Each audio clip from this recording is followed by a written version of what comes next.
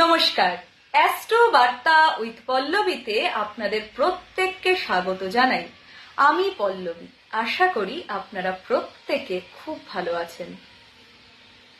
2026-এর 2রা June দেবগুরু বৃহস্পতি কর্কট রাশিতে প্রবেশ করেছেন।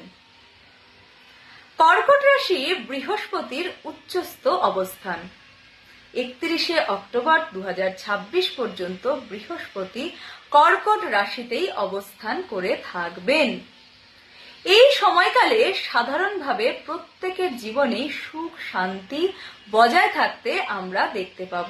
জ্ঞান আধ্যাত্মিকতার প্রতি প্রত্যেকটি মানুষেরই কম বেশি ঝোঁক বাড়তেও আমরা দেখতে পাব।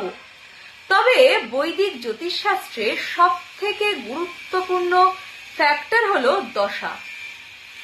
দশার থেকে বড় আর কোনো কিছু হয় না। বৃহস্পতি এই সময়কালে 3টি নক্ষত্র অতিক্রম করে তার গমন করবেন। বর্তমানে 18 জুন পর্যন্ত বৃহস্পতি পুনর্বসু নক্ষত্রে অবস্থান করে রয়েছেন। পুনর্বসু বৃহস্পতির নিজস্ব নক্ষত্র।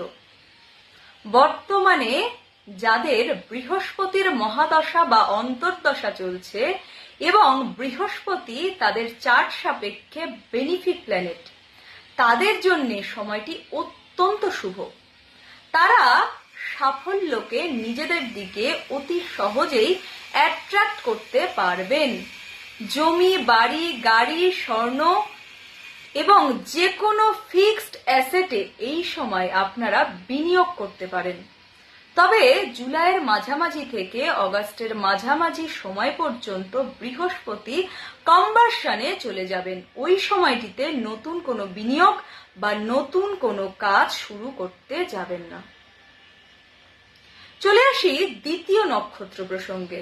বৃহস্পতি 18 জুলাইয়ের পর থেকে 19 অগাস্ট পর্যন্ত পুষ্যা নক্ষত্রে অবস্থান করবেন। পুষ্যা নক্ষত্র শনিদেবের নক্ষত্র। ওই সময়টিতে যাদের শনিদেবের মহাদশা বা অন্তর্দশা চলবে এবং শনিদেব তাদের চার্ট সাপেক্ষে শুভ গ্রহ, তাদের জন্য সময়টি অত্যন্ত ভালো যাবে। শনিদেব কঠোর পরিশ্রমের কারক গ্রহ। ওই সময়টিতে আপনারা যদি সঠিকভাবে পরিশ্রম করতে পারেন, সেক্ষেত্রে সেই পরিশ্রমের ফলাফলও আপনারা সাথে সাথেই পেতে শুরু করবেন। চলে আসি তৃতীয় নক্ষত্র প্রসঙ্গে।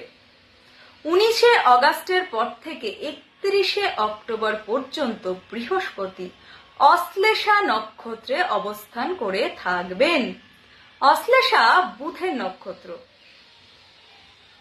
বুধ যোগাযোগ, কমিউনিকেশনকে ইন্ডিকেট করে থাকে। সেই সময়টিতে যাদের বুধের মহাদশা বা অন্তর্দশা চলবে এবং বুধ যাদের চার্ট সাপেক্ষে শুভ গ্রহ, তারা নিজেদের বুদ্ধি এবং যোগাযোগের মাধ্যমে নতুন অনেক সুযোগকে নিজেদের দিকে আকর্ষিত করতে পারবেন। এছাড়াও এই সময় ব্যবসায়িক ক্ষেত্রে অনেক লাভ বাড়তে আমরা দেখতে পাব। চলে আসি রেমেডির প্রসঙ্গে। এই সময়টিতে প্রত্যেকেই বৃহস্পতির এই উচ্চস্থ অবস্থানের সুফল পাওয়ার জন্য বিষ্ণু সহস্রনাম পাঠ করুন। হলুদ রঙের ব্যবহার নিজেদের জীবনে বাড়ান। হলুদ পোশাক পরুন, হলুদ রুমাল নিজেদের সাথে রাখুন।